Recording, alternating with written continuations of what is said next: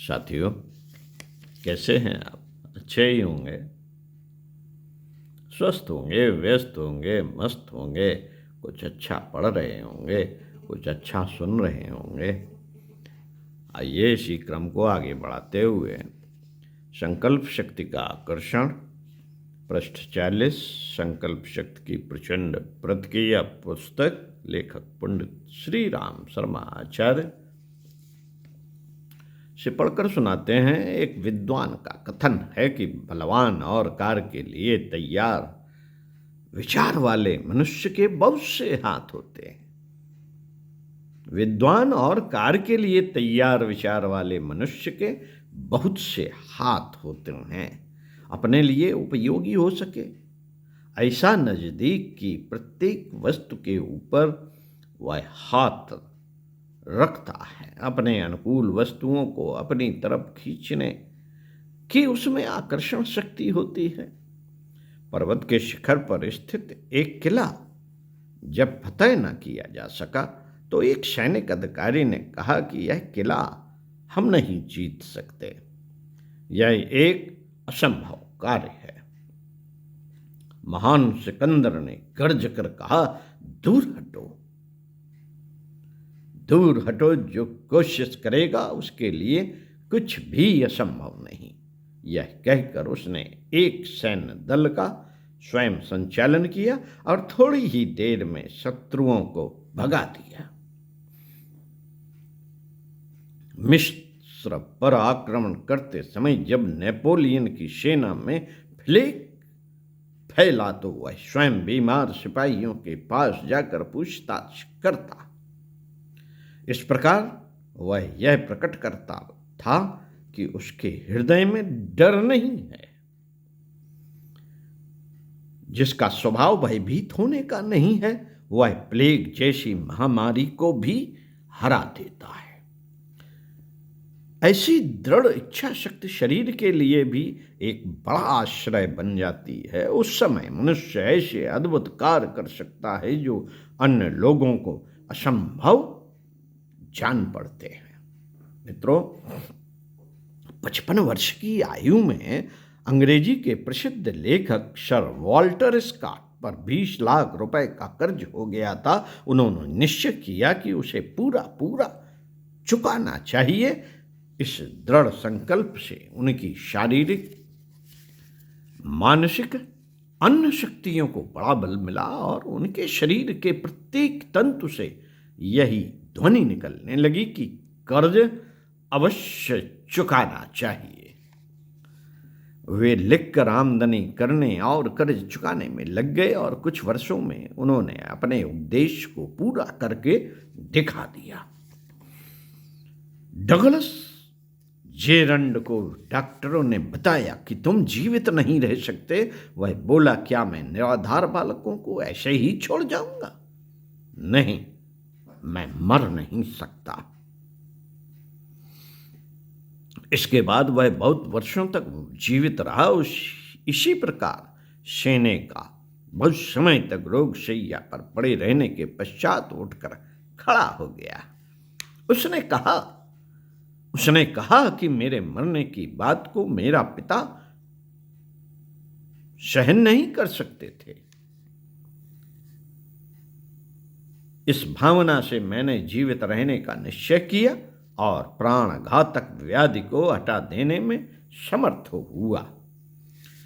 एक लेखक का कथन है कि जगत में 3 प्रकार के मनुष्य होते हैं, करूंगा, नहीं करूंगा और कर नहीं सकता। पहली प्रकार के लोग सब कामों को पूरा कर डालते हैं। दूसरे प्रकार के लोगों को सब बातों का उल्टा फल मिलता है और तीसरी प्रकार के सदैव असफल होते हैं। आत्मश्रद्धा में इतना बल है कि कोई कार्य असंभव जान पड़ता है, उसको भी कराने का जो दृढ़ निश्चय कर लेता है तो वह कार्य उसके जीवन में कभी ना कभी पूरा हो ही जाता है। फ्रांस के प्रसिद्ध लेखक बॉल जाक का पिता उसके लेखन व्यवसाय के विरुद्ध था। उसने उसे समझाया और साहित्यिक जीवन में मनुष्य या तो भिखारी बन जाता है या राजा हो जाता है। लड़के ने उत्तर दिया, अच्छा, तब मैं राजा ही बनूंगा। इस पर उसके माँ बाप ने उसको किसी प्रकार की सहायता न देकर अपने परिश्रम के आधार पर ही छोड़ दिया।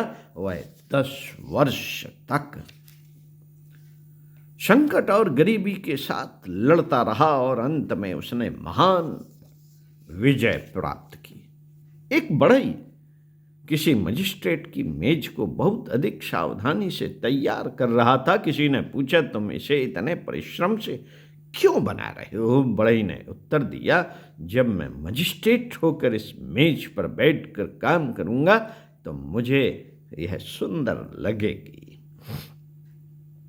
कुछ वर्ष बाद वह वास्तव में मजिस्ट्रेट बनकर उस मेज पर बैठा।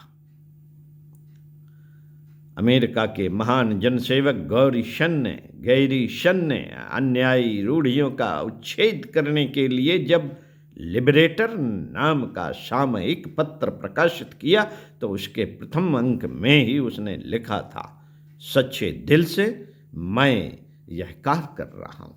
मेरे हृदय में किसी प्रकार की शंका नहीं है। मैं कभी किसी प्रकार का बहाना करके 1 इंच भी पीछे नहीं हटूंगा और मेरी बात को सब कोई सुनेंगे। ऐसी अचल निष्ठा से गैरी शन का चरित्र विकसित हुआ था। इतना ही नहीं, लिंकन, ग्रांट आदि जो बहुसंख्यक महान आत्माएं प्रतिष्ठा की रक्षा करते हुए वीरगति को प्राप्त हुई, वे भी ऐसे दृढ़ निश्चय वाली थीं।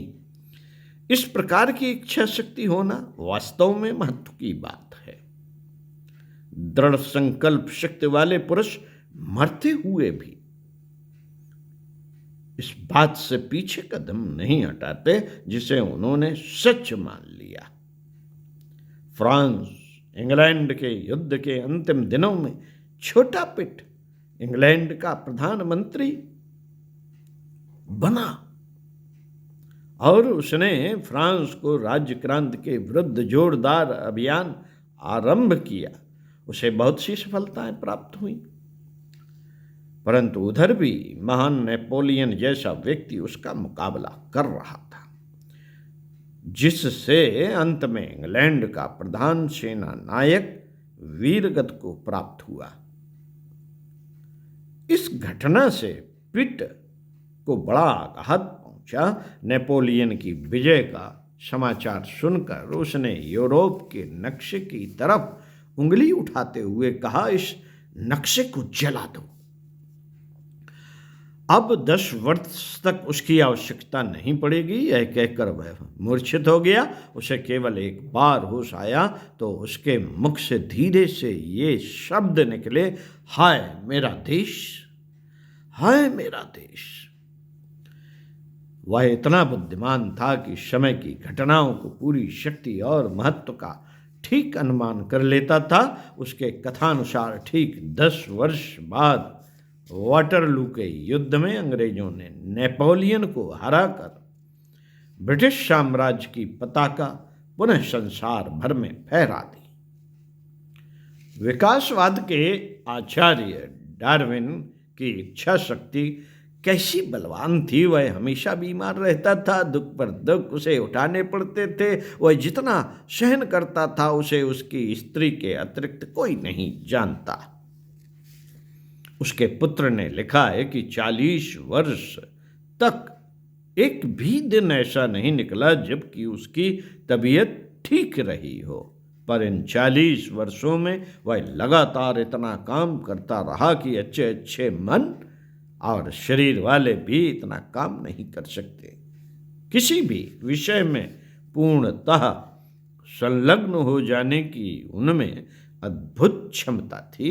वह हार जाने को निर्बलता का चिन्ह मानता था और इसलिए पराजय को सहन नहीं कर सकता था। उसकी एक प्रिय कहावत यह थी कि आग्रह पूर्वक करने वाला ही कार्य को सिद्ध कर सकता है। उसके अद्भुत धैर्य और आग्रह का प्रत्यक्ष उदाहरण यह है कि प्राकृतिक चयन द्वारा नई जातियों की उत्पत्ति, ग्रंथ की सामग्री इकट्ठी करने में उसे 20 वर्ष का समय लगा और मनुष्य का विकास 30 वर्ष तक निरंतर श्रम करने पर लिखा जा सका। एक प्राचीन लेखक दृढ़ संकल्प शक्ति के विषय में जो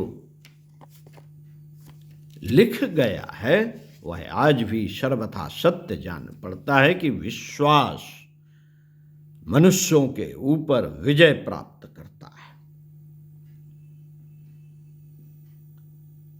एक बलवान हृदय की इच्छा के आगे हजारों कांप उठते हैं। एक छोटा व्यक्ति भी यदि निर्भय होकर निश्चय कर ले तो उससे संघर्ष का स्वरूप ही बदल जाता है और उसे देखकर भागने वाले बड़े बड़े व्यक्ति पुनः लौटकर जूझने लग जाते हैं। मित्रों, मनुष्य की असीम संभावनाएं हैं। इस संदर्भ में आपको अगले वीडियो में पढ़कर बताएंगे। तब तक पढ़ते रहिए कुछ अच्छा और सुनते रहिए कुछ अच्छा। ओम शांति।